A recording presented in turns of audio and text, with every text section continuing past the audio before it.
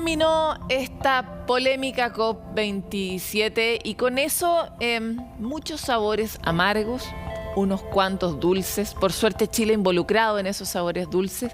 Ya vamos a revisar por qué. Ha sido una cumbre, como muchas otras, un poco decepcionante y abre una gran pregunta sobre hacia dónde va a ir realmente la capacidad multilateral en el trabajo climático, que es tan urgente para poder rescatarnos a nosotros de nuestro propio destino. Muchos pendientes en un momento en el que el planeta también está hablando de varias cosas al mismo tiempo. Cuán relevante es ocuparse del clima y no dejar de lado, por ejemplo, la pregunta sobre los derechos humanos, sobre el futuro energético. Cómo avanzamos en las distintas tareas de forma simultánea y logramos efectivamente dar un paso adelante. Con más preguntas que respuestas, comenzamos este programa de Futuro 360. Un fondo de compensación climática es el acierto y una deuda al uso de los combustibles fósiles por parte de los grandes contaminantes. Fueron los contrapuntos que dejó la COP27, una cita en la que Chile tuvo un rol clave y entregó anuncios relevantes para nuestro país frente a la crisis climática. El detalle se lo trae, como siempre, Miranda Aspé con este balance de la COP27. Tras casi 2 semanas de tensas negociaciones, un aplauso se escuchó fuerte en la COP27. Hoy, aquí en Sharm el Sheikh, establecimos el primer fondo dedicado a pérdidas y daños, un fondo que se ha estado gestando durante tanto tiempo. Fue calificado como histórico en medio de una cita marcada por las protestas. No hubo acuerdo en el tiempo oficial y solo 36 horas después de lo establecido, el fondo compensatorio para que los países ricos puedan solventar los daños generados por la crisis climática en los países más vulnerables tuvo luz verde. Conseguimos que el financiamiento para pérdidas y daños estuviera en las negociaciones. Una especie de indemnización climática en que las naciones pertenecientes principalmente a la OCDE tendrán que financiar este tipo de consecuencias. ¿Cómo operará este mecanismo? Este fondo no va a comenzar a funcionar de manera inmediata, sino que la presidencia de la COP27 le solicita a Naciones Unidas que trabaje durante todo el próximo año conjunto con los países en el primer borrador de cómo se va a llevar a cabo este fondo para que luego la COP28 en los Emiratos Árabes se vote y se adopte en mayor detalle de cómo se va a aplicar este fondo en pérdidas y daños. Lo que se busca con esto es poder dotar al fondo de una sólida gobernanza que impida que los países desarrollados, es decir, los más contaminantes, eviten el pago de este fondo. Aún restan detalles por aclarar, como por ejemplo, ¿qué se debe considerar en las pérdidas y daños? Se incluye tanto infraestructura como ecosistemas naturales y la gran interrogante sobre la mesa, ¿quién deberá pagarlo? En el futuro, el viaje todavía será muy difícil porque no sabemos al final cuánto dinero se asignará. Los $100.000 millones que se prometieron cada año para 2020 aún no se han entregado. El gran pendiente de la COP más cara de la historia es la permanencia de una reducción gradual de los combustibles fósiles que continúa considerando el gas natural en la transición a la energía limpia y no habla de una eliminación de este tipo de energía. Es importante destacar que los grandes ausentes de esta COP tienen que ver con el financiamiento para la adaptación y la mitigación de los efectos del cambio climático. Es por lo tanto importante continuar trabajando en esta línea, no solo en la COP, sino que también de parte de la sociedad civil. Una alianza para reducir en 1/3 el metano liberado a la atmósfera, la sequía, el derretimiento de los hielos, la deforestación, energía e impulso del hidrógeno y la creación de 1 millón de hectáreas junto a una expansión de áreas marinas protegidas fueron otros de los puntos altos en los que participó y se comprometió nuestro país. Mientras el cumplimiento de los objetivos internacionales en materia de derechos humanos y transparencia y las peticiones de acelerar la reducción de emisiones a las grandes potencias como China e India quedaron fuera de los anuncios, a la espera de lo que ocurrirá el próximo año en la COP de Dubái en los Emiratos Árabes Unidos. ¿Seremos muy críticos nosotros? Mi respuesta interna es no, porque esta COP27 ha sido otra nueva experiencia de frustración de alguna manera. Hay algunos acuerdos que se lograron, los vamos a destacar, pero los grandes pendientes históricos siguen pendientes, estamos en un momento difícil, el hecho de que haya ocurrido en Egipto no fue un escenario fácil y la COP que viene tampoco va a ser mejor aparentemente. Están pendientes cosas respecto de la mitigación y algunos otros criterios que en teoría el mundo civilizado ya había generado como un acuerdo, como la necesidad de la participación de más mujeres en todos los procesos de desarrollo y soluciones para la crisis climática. ¿Cuál es el balance de la COP más allá de todo lo que yo pienso? Para eso estamos con una especialista, Pamela Po, politóloga y magíster en sociología. Muchas gracias por estar aquí, Pamela. Gracias a ti, Paloma, por la invitación. Veníamos hablando antes de empezar esta entrevista como esa sensación como de agotamiento, ¿no? Cada vez que pasa una nueva COP. Ayúdanos con un adjetivo, ¿cómo te sientes después de esta COP27? Mira, yo diría y describiría que las COP, como están pensadas como espacio internacional, multilateral, está agotado. Está agotado el cómo se están realizando. Entonces hay que reformular ese espacio, porque el espacio, yo no es que esté en contra del multilateralismo en el fondo, pero no puede ser que lleguen más de 600 lobistas, no puede ser que mucha gente va a hace estos side events, que está perfecto, que se den a conocer distintas experiencias, pero me da la impresión que ya se transformó en un evento muy de mostrar qué está haciendo cada uno y no de preocuparse realmente de la negociación, que es la importante, digamos, que es donde los estados tienen que participar. No hubo tampoco movimiento ciudadano, o sea, posibilidad de hacer algún tipo de marcha, no hubo elementos de las COP anteriores tampoco. Entonces creo que en esta, desde mi impresión, vimos retrocesos importantes a cosas y espacios que se habían ganado. Ahí a mí me dio un poquito de urticaria pensar en ciertos factores que ya hemos aprendido. A estas alturas las personas sabemos que tenemos que tratar de generar la menor cantidad de residuos, idealmente reutilizar las cosas, generar la menor huella, disponer de espacios que sean aptos, ¿no? Y desde ese punto de vista, ¿cómo evalúas tú, por un lado, esta COP realizada en Egipto, en un lugar además que no era el Cairo, digamos, no era un lugar que ya tuviera una infraestructura habilitada, se construyó mucho para llegar a esa COP. ¿Y cómo evalúas la que viene?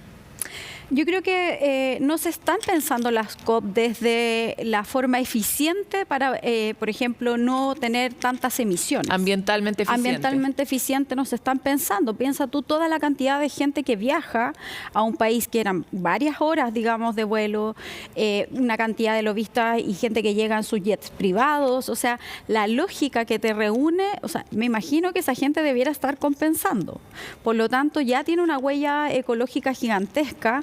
Y eso es un problema, porque en el fondo te vas a reunir para hablar de soluciones cuando en el fondo estás también siendo parte del problema. Entonces, ahí yo creo que hay un problema como conceptual de qué es lo que estamos buscando, ¿no? Y ético. Y épico, le falta épica a esto. Es como vamos a juntarnos para tratar de hacer algo, porque ya sabemos que ya no vamos a lograrlo. Entonces, partimos desde ahí. Yo creo que ahí está el problema. Tu partes como pensando ya que vas a fracasar, si esta COP se sabía que iba a fracasar. Claro, qué terrible y ir más bien al side event a juntarte con los mismos que te juntas aquí, además allá, como para la foto que llega a Chile. Es de una falta de lógica toda la organización y la dinámica también de las empresas, desde ese punto de vista que gana, de que estas discusiones también entraran en las empresas y que no fuera obvio que ciertas empresas tienen que ir a ponerse a una COP que queda tan lejos, ¿no? Ahora, avancemos sobre la línea de cómo ves la que viene, para después pasar a las cosas que podemos rescatar. Mira, yo no tengo mucha esperanza en lo que viene, porque además es en un país que es petrolero. La próxima COP es en Dubái. Por lo tanto, no tengo expectativas, porque además en esta COP no se lograron, digamos, más acción climática. Eso no se logró. No hay más compromisos para evitar... Claro, porque esa era la excusa de que ocurriera allá, ¿no? Que es como involucrar a los comprometidos. Exacto. Pero tampoco es que ellos hayan dado señales de avanzar hacia ningún lugar en particular. No hubo acción climática. O sea, piensa tú que con el Acuerdo de París como está y con las emisiones que tenemos en estos momentos, no cumplimos el limitar en los 1,5 grados. aprobado, vamos a pasarlos en el fondo. Entonces se esperaba que aquí hubiera compromisos y además se hablara el tema de pérdidas y daños, y finalmente salimos solo con el tema de pérdidas y daños, que lo triste es que pareciera que estamos condenados en el sentido de que los países más pobres y más vulnerables, como el resto del mundo, el norte global, que es responsable de esta situación, no se comprometen a más y por lo tanto, bueno, les hacemos un fondo para que pérdida y daño, pero un fondo que no se sabe cuántos recursos va a tener y un fondo que tampoco se sabe cómo va a operar. Si revisamos en la nota anterior todas las imprecisiones, a ver, lograr acuerdos es muy duro. ¿No sería momento de cambiar el mecanismo de los acuerdos también? Porque con estos acuerdos unánimes es muy difícil lograr acuerdos totales, ¿verdad? Y desde ese punto de vista, claro, por fin se logró avanzar en que queremos hablar de esto, más todo lo otro está pendiente y va a ser aprobado en la siguiente COP. Entonces, en rigor, es poco lo que se avanzó, ¿no? Es poco lo que se avanzó y ahí tengo yo mi propia propuesta, digamos. Yo creo que los estados se tienen que, si bien no abandonar el espacio multilateral, mirarse hacia adentro nuevamente. No puede ser que tu proyecto de ley o tu ley de cambio climático sea solo ajustado mirando a lo que pasa internacionalmente, porque debiera haber sido en Chile una ley de adaptación al cambio climático. En Chile el problema nuestro es la vulnerabilidad que tenemos. Cumplimos 7 de las 9 vulnerabilidades de la Convención Marco. Por lo tanto, debiéramos habernos ajustado a la lógica interna, pero también cumpliendo con nuestros, digamos, compromisos internacionales. Yo creo que ahí es la lógica. Entonces, los estados, ¿dónde se quedan? Se quedan en que participamos en la COP, nos comprometimos a cosas y, bueno, cumplimos. Eso es como cumplir, digamos, cuando uno se saca un 4 en el colegio y pasa de curso. No estás apuntando al 6 o al 7. Entonces, yo creo que es ahí donde se produce un poco la desidia de que esta situación no avanza, precisamente porque estamos como al mínimo, en el mínimo que cumplimos. Sí, igual lo otro tiene que ver con los indicadores. Me encanta que hayas puesto el ejemplo de las notas del colegio, porque ya sabemos, aparte, que las notas del colegio al final dan lo mismo en la vida. O sea, las habilidades que tenemos, que necesitamos para la vida los humanos hoy, tienen muy poco que ver con lo que realmente estamos aprendiendo hoy día en el colegio. Y también las cosas que se están discutiendo hoy día en las COP tienen muy poco que ver con el tamaño del desafío con el que de verdad estamos conectados. O sea, no estamos hablando de hacerlo bien a la luz de los acuerdos que se logran conseguir en un escenario multilateral. Estamos hablando de sobrevivir. Exacto. Es algo mucho más profundo, ¿no? Y desde ese punto de vista, ¿esta idea se te ocurrió recién o la has planteado anteriormente? Porque me parece muy razonable el hecho de que hagamos lo que necesitamos. Yo lo he planteado en numerosas partes. He trabajado en política pública. Podemos firmar por esa idea.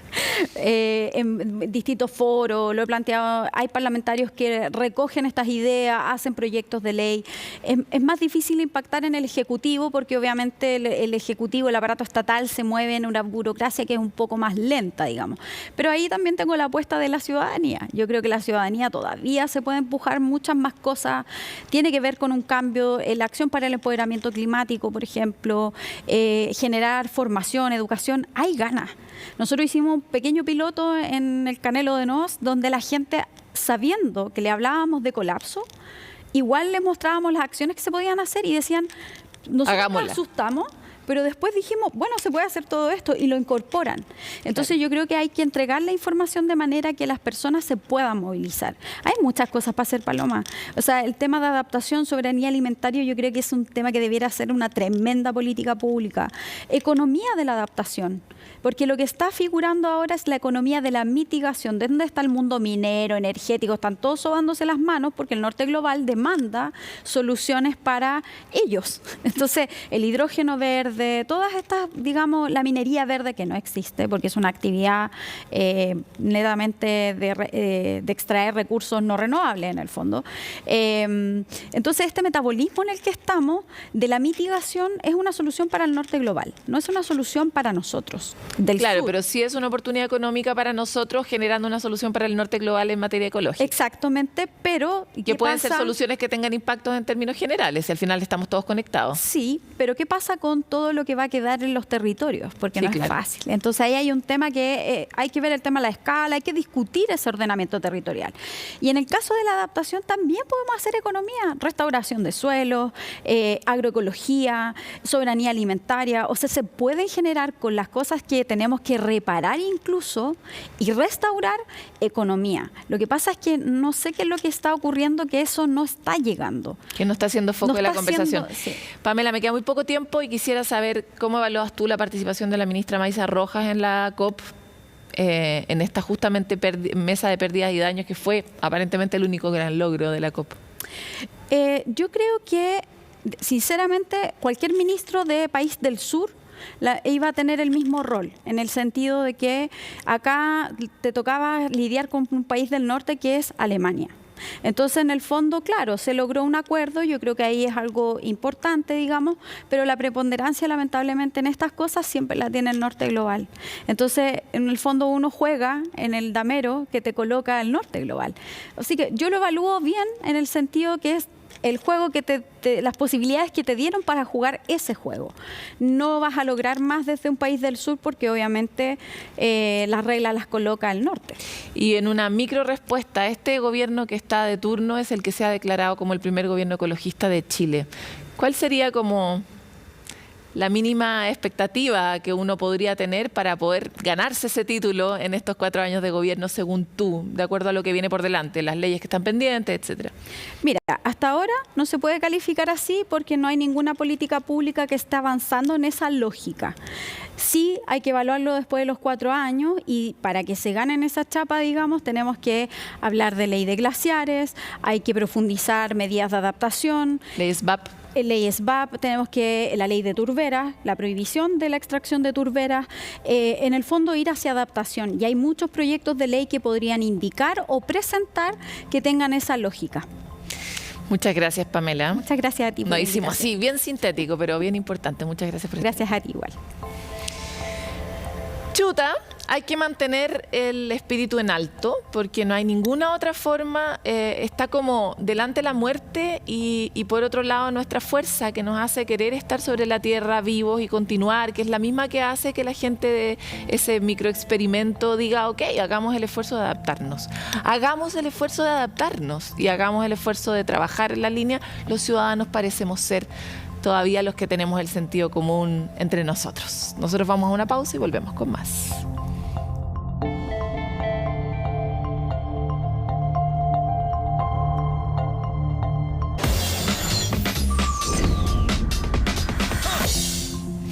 Revisamos en Futuro 360 esos breves que nos permiten estar al tanto de lo principal en la ciencia, la tecnología, la innovación y el medio ambiente. Y vamos a partir con esta tecnología que ha sido descrita por sus creadores como simple, fácil de aplicar y utilizable en cualquier lugar del mundo. Estos fueron los detalles que dieron los desarrolladores de una innovadora herramienta que modela tsunamis. Es un modelo matemático desarrollado por el Programa de Riesgo Sísmico de la Universidad de Chile y está hecho sobre la base de probabilidades, tomando en cuenta que todos los factores que podrían estar asociados al desarrollo de un tsunami. El resultado es un modelo de fuente sísmica estocástica, lo que quiere decir que recoge el carácter aleatorio del proceso de liberación de energía que está asociado a los terremotos. Así puede atraer información que sirve para evaluar la amenaza de tsunami. Una innovación chilena frente a un evento de naturaleza al que siempre estamos expuestos.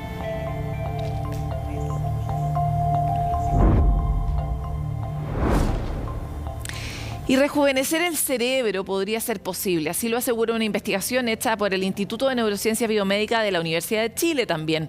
Es un trabajo que se trató de detectar un blanco molecular que en modelos animales demostró efectividad.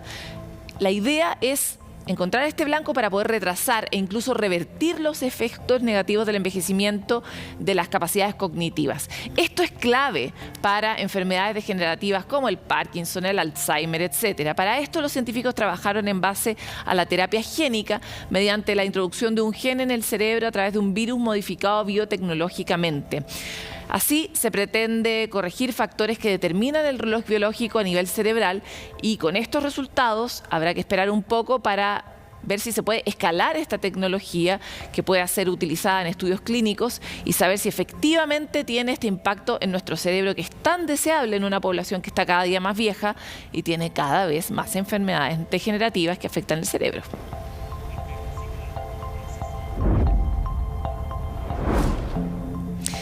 La mayoría de nosotros disfruta de escuchar música, pero existe un riesgo importante cuando esto ocurre a volúmenes excesivos. Nada más ni nada menos que la OMS asegura que más de 1.000 millones de jóvenes estarían en riesgo de perder la audición por mal uso de auriculares o por estar en lugares donde la música es demasiado fuerte. Es una conclusión sobre la base de datos obtenidos por 33 estudios diferentes realizados en las últimas 2 décadas sobre la pérdida auditiva en jóvenes entre 12 y 34 años. Así se determinó que el 24% tenía prácticas de escucha inseguras, mientras el 48% se expuso a niveles de ruido más altos de lo recomendado en lugares como conciertos o clubes nocturnos. Si quieres evitar daños a largo plazo, la OMS te recomienda controlar los niveles del sonido de celulares, ocupar los audífonos con cancelación de ruido para ahogar ruidos externos y asistir a conciertos o discotecas con tapones en los oídos. No creo que nos vaya muy bien con esa recomendación, pero las dos anteriores suenan como implementables en nuestra vida cotidiana.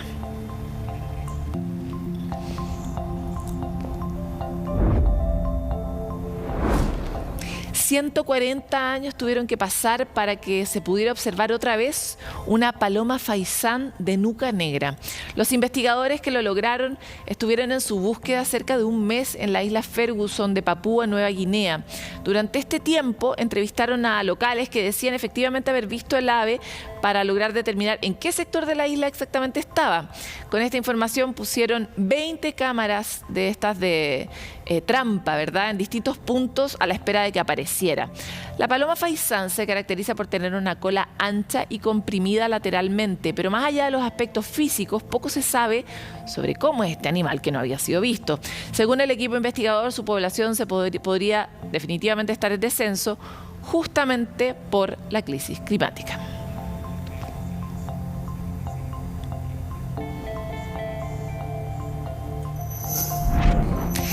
Y llega el momento de nuestro viajero en el tiempo. Acaba de atravesar el vórtex de Futuro 360. Muchas gracias, José, por estar aquí en este espacio-tiempo. Muchas gracias a ti por la presentación. ¿Cómo has estado? Aquí sanita, ¿y tú? Todo bien también, sanito igual. Estamos ahí reptando a fin de año, ¿verdad? Exactamente. Oye, vamos a comenzar el bloque digital, Paloma, y lo hacemos en nuestra cuenta de Instagram, @futuro360com. Aparece acá en la pantalla. Y este es un estudio de la Universidad de Tokio, publicado por la revista Science, que tiene a ellas como protagonistas, las ratas. No, es hermoso. Yo lo encontré conmovedor. Sí, ¿lo viste? Lo vi, por supuesto. Mira, las ratas en verdad han sido por mucho tiempo materia de análisis, de estudios, de repente algunos tratamientos que después se aplican en humanos, pero en esta oportunidad se descubrió que tienen ritmo y lo siguen al unísono de los humanos. ¿Qué te parece? Me parece muy tierno y me pregunto cuándo va a llegar el momento en el que prohibamos los experimentos en ratas, porque las ratas son el objeto de estudio de laboratorio, porque son muy buenos animales para emular ciertos procesos humanos, los mismos órganos, ¿verdad? Tratamos de reproducir y casi todo se prueba primero en ratas y después en personas, porque hay muchas similitudes entre nuestra biología. Una de ellas es el ritmo en este caso. Entonces va a haber un momento en que vamos a decir, pucha, las ratas son tan inteligentes, tienen ritmo, probablemente vamos a saber que como los pulpos tienen, no sé, sentimientos. Claro. Y ahí se nos va a complicar el campo de la experimentación científica. Absolutamente. Bueno, una de los artistas favoritos de las ratas, Lady Gaga. Igual que mi hija. Queen. Obvio. Y fíjate, aquí te voy a poner a prueba a ver si puedes deducir los gustos de las ratas. Entre Harry Styles, Bad Bunny o Michael Jackson. ¿A quién crees que eligieron? A Bad Bunny. No. Pero no están en la tendencia. No están en la tendencia, se quedaron con Michael Jackson. Así es que ahí me adhiero al gusto musical de las ratas. Es que tal vez son ratas noventeras. Claro, probablemente. Como yo. Con un experimento bien entretenido que se pusieron a 30 seres vivos, 20 seres humanos y 10 ratas, y al unísono ahí seguían el ritmo de la música. Oye, pero ¿por qué esa imagen no está de todos bailando? Sí, la rata bailando. Sabéis que la busqué y no vi con la imagen. Pero ahí, al menos lo que se describía es que con sus patitas y su cabeza iban. Oye, si alguien encuentra esa imagen y nos la puede puede mandar a Futuro 360, se lo agradeceríamos mucho. Eso, y lo subimos a las redes sociales. Ya, vamos a quedar atentos a eso. Por supuesto, invitamos a que compartan la historia, a que la suban, la manden a sus amigos, etcétera. Ratas rítmicas. 360.com en Instagram. Ya, nos vamos ahora a nuestro sitio, futuro360.com, y vamos a hablar ahora de las abejas. Fíjate que de la Universidad de Tokio nos vamos a la Universidad de Queen Mary en Londres, donde, precisamente como lo vemos acá, un ecologista dijo: quiero entender más de la rutina de las abejas. Quiero conocer no solamente cómo se acercan, por ejemplo, a la comida, sino si existe también la posibilidad de que se puedan entretener, que dentro de toda su rutina haya espacios para la entretención. El ocio. El ocio, tan necesario, ¿no? Tan importante. Bueno, en una cajita dispusieron diferentes caminos. Unos que iban a la comida, por supuesto llegaban a la comida azucarada, pero también otro camino que llegaba a las siguientes pelotitas de madera. Aquí sí tenemos la imagen, mira. Y después de haber comido, tomaban el camino que las dirigía a estas pelotitas de madera. Y lo que se ha podido deducir es que efectivamente se genera una entretención en ellas, y es una rutina que repitieron más de 100 veces. Oye, pero esto no es una abeja, es como un abejorro, es como el abejorro europeo. Sí, bueno, pero al menos el estudio ha sido reproducido y publicado como abeja. De hecho, desde la Universidad de Queen Mary de Londres dicen: nos hemos dado cuenta que efectivamente aquí podría haber una capacidad de generar entretención o un pasatiempo de esta pelota luego de alimentarse. Muy lindo. Es muy lindo lo que se genera en ese video que estamos revisando, y de hecho desde la misma universidad dicen: ahora podemos entender y podríamos ir a un siguiente paso, tal vez hacer que estas pelotitas vayan hacia un objetivo. Por ejemplo, fútbol. A que jueguen fútbol, a que metan un gol y esa misma pelotita que estamos viendo llegue como a un destino final, digamos. Bueno, hemos visto otros animales que sí juegan fútbol, yo he visto esos videos, pero aquí nuevamente, volviendo a lo de las ratas y entrando en un universo como que el antropoceno, esta era en que los humanos hemos creído que somos el centro, ha hecho que nosotros miremos a los animales como algo muy distante y algo muy ajeno. Y a medida que la investigación científica avanza, sabemos que compartimos más cosas con esos seres vivos. Exacto. En este caso, por ejemplo, la importancia de divertirnos, que es algo que sabemos que desde la neurociencia es algo clave para la salud, probablemente también para la salud de los animales. Entonces, de a poco nos vamos encontrando con las otras especies. Y en buena hora se va rompiendo también ese paradigma. Así es que vamos a quedar bien atentos. Por supuesto, los invitamos a futuro360.com, una de las notas más leídas en las últimas horas. Y fíjate también que esto es una demostración, como tú decías, Paloma, que efectivamente, más allá de ser unos insectos o unos seres vivos muy, pero muy diminutos con cerebros muy pequeñitos, efectivamente aquí estamos en presencia de abejas que pueden, por ejemplo, ocupar parte de su tiempo entreteniéndose con estas pelotitas de madera. Muy lindo. Va muy bien, José. A ver, cuéntanos más. Vamos a ir con otro estudio. Estamos muy cargados los estudios, pero este ya está concluido y dice referencia a las montañas rusas. Volvemos al Instagram, @futuro360.com.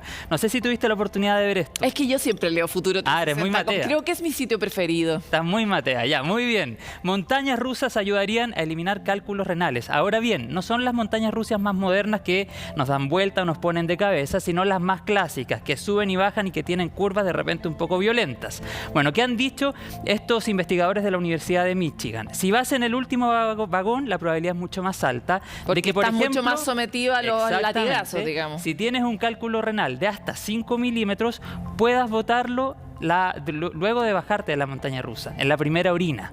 Oye, pero qué forma, qué dolor. No, primero que nada, a mí no me suben a una montaña rusa ni por error. Ni siquiera las que no dan vuelta. No, encuentro que prefiero como someter a otras pasiones a mi corazón. Como esa no me aporta nada. A mí tampoco me gustan y bueno, tampoco he tenido nunca cálculos renales, pero me dicen que es muy doloroso. Claro, si tuviera cálculos tal vez lo pensaría. Sí. Pero tiene sentido porque has visto estos jueguitos que uno tenía cuando era chico, como agüita que uno metía como un argollito. Sí, como típico, en el fondo tienes que lograr que el cálculo entre por el hoyito que corresponda para poder retirarse. Me imagino que no es tan fácil y estos movimientos bruscos puede que ayuden a que encaje, ¿no? Bueno, muchas personas se preguntaban ayer en las redes si efectivamente se bota el cálculo cuando estás en la montaña rusa, lo cual hasta podría ser mejor porque entre la adrenalina como que salió y se te olvida el dolor. Pero no, los especialistas han dicho que es en la primera orina luego de bajarse de la montaña rusa y lo han comprobado con pacientes y también con riñones impresos en 3D. Oye, impresionante, ¿eh? Sí. Así que más cerca de los parques podemos estar con una ida al médico menos. Sí, no es malo. No es malo, está Mayor bueno. adrenalina, menos doctores. Sí. Oye, bueno, dejamos invitados a todos porque está demasiado estelar nuestro sitio de Futuro 360 y pasado buenas noticias. No tenemos por aquí, por ahora, ni una de estas noticias atroces que habitualmente visitamos también en nuestro Exactamente. sitio. Extendemos la invitación. @futuro360.com en Instagram, @futuro360 en Twitter y, por supuesto, como lo estamos viendo acá, nuestro sitio madre, futuro360.com. Hagan como Paloma, que reiteradamente lee nuestro sitio. Háganlo ustedes también. Estoy permanentemente informada de cosas así de relevantes. Como sacarme un cálculo renal con una montaña rusa y tantas otras cosas. Bueno, si conoces a alguien que esté con cálculo, un paso ahí va por la Fantasilandia le podría ser bien. José, gracias. Devuélvete por tu Vortex. Nos vemos en algún momento. Nos vemos en mi cápsula. Me voy en mi cápsula. Volando. Y Orana. Y Orana, adiós. Nosotros nos vamos a una pausa, pero volvemos con mucho más de Futuro 360.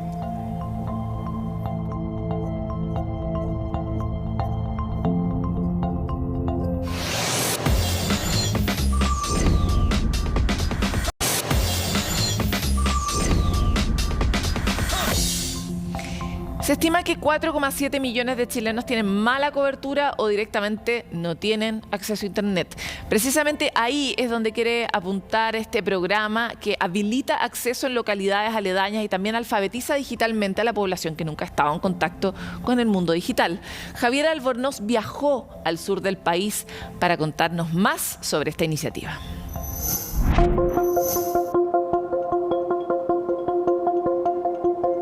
Zona de plantas industriales. Esa es una de las características de la localidad de Mininco, en la comuna de Coyipulli. Precisamente acá es donde se va a hacer una de las intervenciones de la Fundación País Digital. Una de ellas es lo que busca que cerca del 75% de la población de esta localidad tenga acceso a Wi-Fi gratuito. Bueno, nosotros estamos haciendo unas sopaipillitas para el desayuno de hoy. También esto lo hacemos cuando tenemos reunión con algún grupo de agricultores. También algunas capacitaciones que se hace aquí. Nosotros tenemos nuestras sopaipillas. Lugar de encuentro. En eso se ha transformado el restaurante Petronila Anecul, uno que mantendrá las tradiciones culinarias mapuches y que también es uno de los puntos gratuitos a internet en la ruta 22. Usted va y se conecta, le pone conectar y ahí espera un momentito y se conecta a la red Wi-Fi. Nos ayuda mucho a estar informados. Y buscamos justamente que Conectando Territorios acerque la tecnología a las familias aisladas y que la familia aislada use la tecnología en su beneficio. Ella es una de los 150 emprendedores que gracias a este proyecto y capacitaciones digitales podrán potenciar su negocio. Junto con la instalación de puntos de Wi-Fi, se enseñará sobre herramientas digitales a cerca de 300 habitantes. Estamos en un cerro, así que costaba mucho que tener como una conexión estable. Siempre teníamos el problema de que se nos caían las señales y esto igual ha venido un poco a mejorar la conectividad que teníamos. O sea, ya tenemos 5G en gran parte de la villa. Según datos del Centro UC de Encuestas y Estudios Longitudinales, en nuestro país 1,3 millones de personas no tienen acceso a Internet, en tanto 3,5 millones tienen mala cobertura. Ese es uno de los problemas que la Fundación País Digital busca enfrentar. Una cosa es la conectividad, pero otra cosa es la alfabetización que permite que más personas vayan en este círculo virtuoso. Nosotros, como parte del programa Conectando Territorios, claro, está el esfuerzo por llevar conectividad, pero por sobre todo en el propósito de la Fundación es por desarrollar habilidad y competencias, generar la curiosidad, mostrar el camino. Donde también se aplican estos beneficios es en Nacimiento, comuna de la región del Biobío. Acá se espera que 1.100 vecinos de Barrio Estación y Villa La Esperanza tengan acceso a Internet en 12 puntos de la zona y que 200 emprendedores potencien sus negocios. Además, se les ha entregado dispositivos como celulares, computadoras e impresoras. Si hemos avanzado con estas 10 instituciones, poder seguir avanzando para que en el futuro, no muy lejano, toda nuestra comuna, y no tan solo la parte urbana, sino que también la parte rural, pueda quedar conectada. Bueno, nosotros elegimos la comuna de Coyipulli, la comuna de Nacimiento y próximamente también vamos a estar en la comuna de Laja debido a que nosotros tenemos operaciones industriales en estas comunas. Y desde esa óptica es que evidentemente necesitamos compartir valor con nuestras comunidades. Pero no solo se ha dado en el sur. En Caimanes, región de Coquimbo, 350 hogares se conectaron a fibra óptica y se trabajó en alfabetización digital con pymes, organizaciones sociales y escuelas. Es un mundo para soñar distinto. Aquí un niño con este nivel de competitividad puede soñar de tener los mismos oportunidades de niños que están en los centros urbanos grandes de nuestro país. Conectividad tecnológica en localidades rurales de difícil conexión, para así disminuir las brechas digitales en Chile y que puedan ser utilizadas por quienes más lo necesitan, las personas. Aumentos de sueldo, problemas en la seguridad y tener la cantidad adecuada de personal para poder cubrir las áreas protegidas. No sé si ustedes han visto esta estadística, que es como 560 hectáreas por cada guardaparque. Es ridículo, obviamente no se puede proteger nada de esa manera. Son algunas de las demandas del Sindicato Nacional de Guardaparques de CONAF, el que está en paro desde inicios de noviembre. No nos enteramos porque están repartidos en los distintos parques nacionales, pero está ocurriendo. ¿Cuáles son las razones de esta situación? ¿Y por qué está relacionado con la aprobación de la ley SBAP, que está tan pendiente para todos nosotros? Cristian Soto nos cuenta el detalle. Chile cuenta con 18,6 millones de hectáreas que forman parte del Sistema Nacional de Áreas Silvestres Protegidas. En estas zonas, los guardaparques juegan un rol vital en su conservación, pero actualmente existe una paralización que ha sacado a relucir, según los funcionarios, precariedad salarial, falta de seguridad y personal y una mejor distribución de fondos. Hay un problema que se viene arrastrando hace años, que es el sistema de financiamiento con el cual cuenta actualmente el SNASPE, en el cual cerca de un 60% actualmente es a través de recursos autogenerados por conceptos de entrada y concesiones. Ese es el problema fundamental. Acá lo que queremos lograr con esta movilización es cambiar este sistema en el cual el gobierno se haga cargo por lo menos de lo que corresponde a gastos de personal y costos operativos para los parques. Los trabajadores aseguran que se trata de demandas transversales a través de los parques nacionales chilenos. Por eso se sumaron funcionarios de todo el país. Tiene que existir la voluntad para sentarse a conversar y que hayan hechos concretos. Nosotros necesitamos que se pongan la mano en el corazón, así como vienen y disfrutan de las áreas silvestres protegidas de la región. Nosotros hacemos todo lo posible para cuidarlas, pero necesitamos el apoyo, en este caso del Estado, que se haga cargo de todas las áreas que tienen abandonadas en el sur de Chile. Uno de los aspectos más importantes del petitorio es la seguridad. En los últimos años se han vuelto más comunes los ataques hacia guardaparques en regiones como la de la Araucanía. Esto impulsó la toma de una medida drástica por parte de CONAF, el retiro de guardaparques de los lugares afectados, decisión criticada por autoridades y que rápidamente fue revertida. Nuestra principal preocupación son la salud psicosocial, el bienestar y la seguridad de nuestros colegas guardaparques.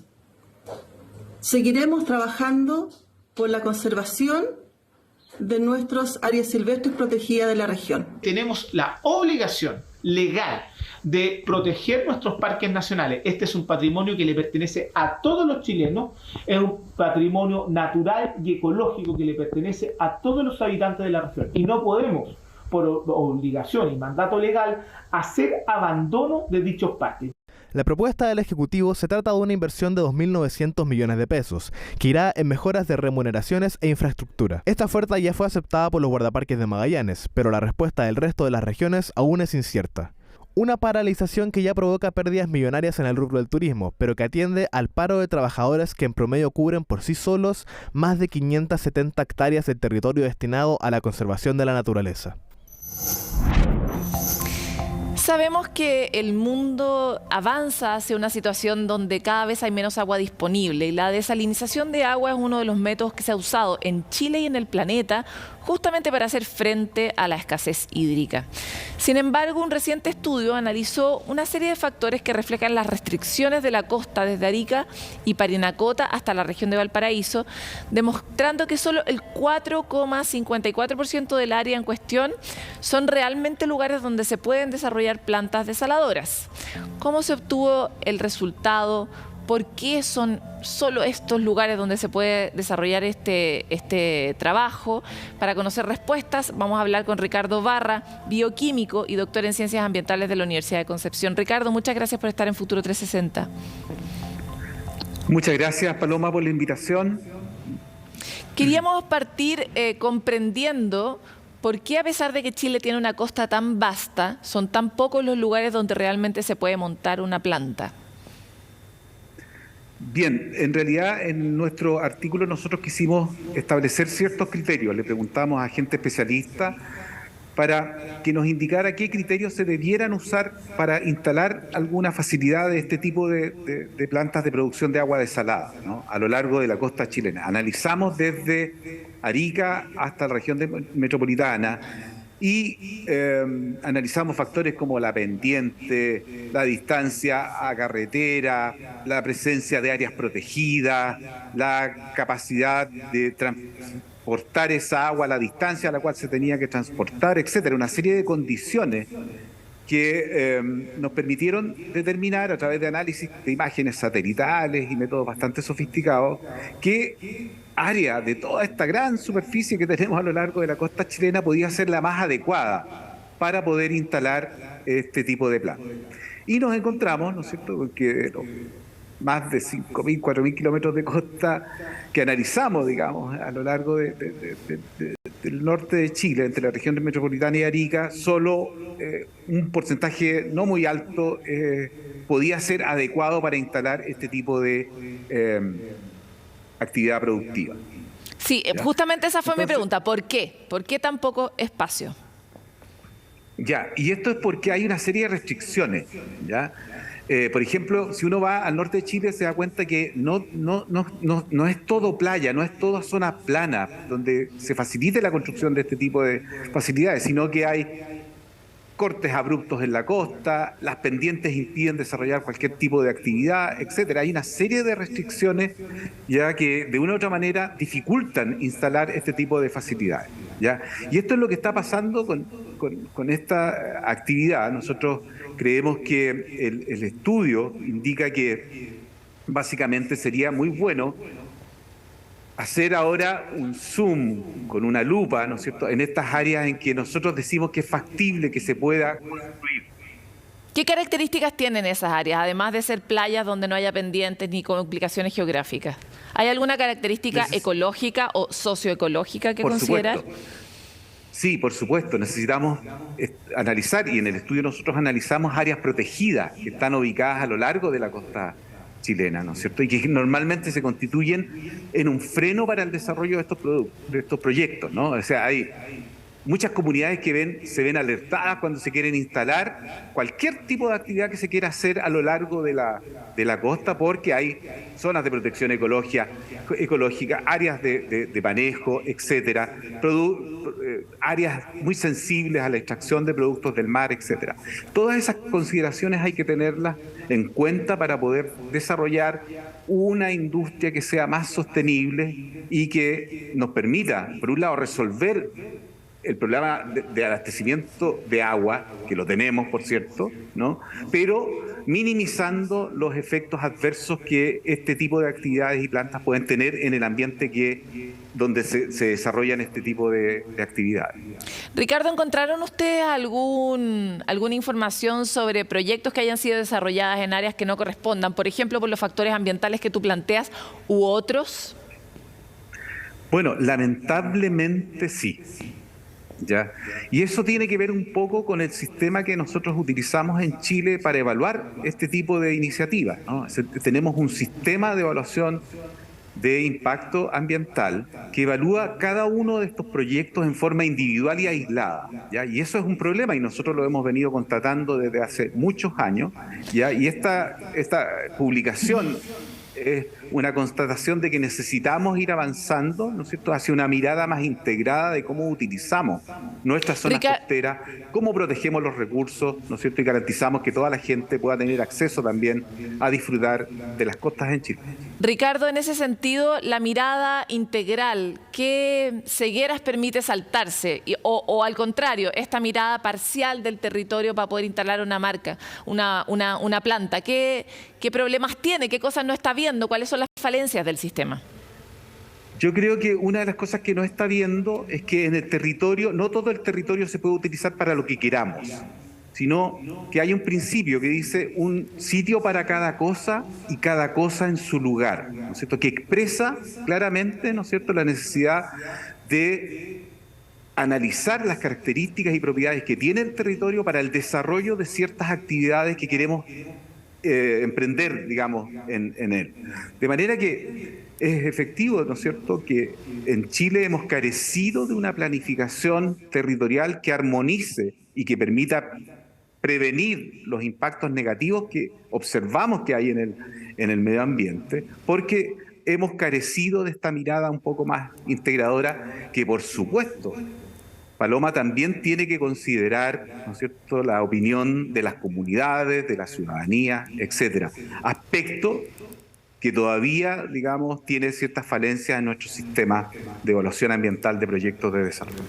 Ricardo, para cerrar, ¿qué características sí reúnen los lugares donde sí se pueden instalar o se recomendaría instalar una planta desaladora?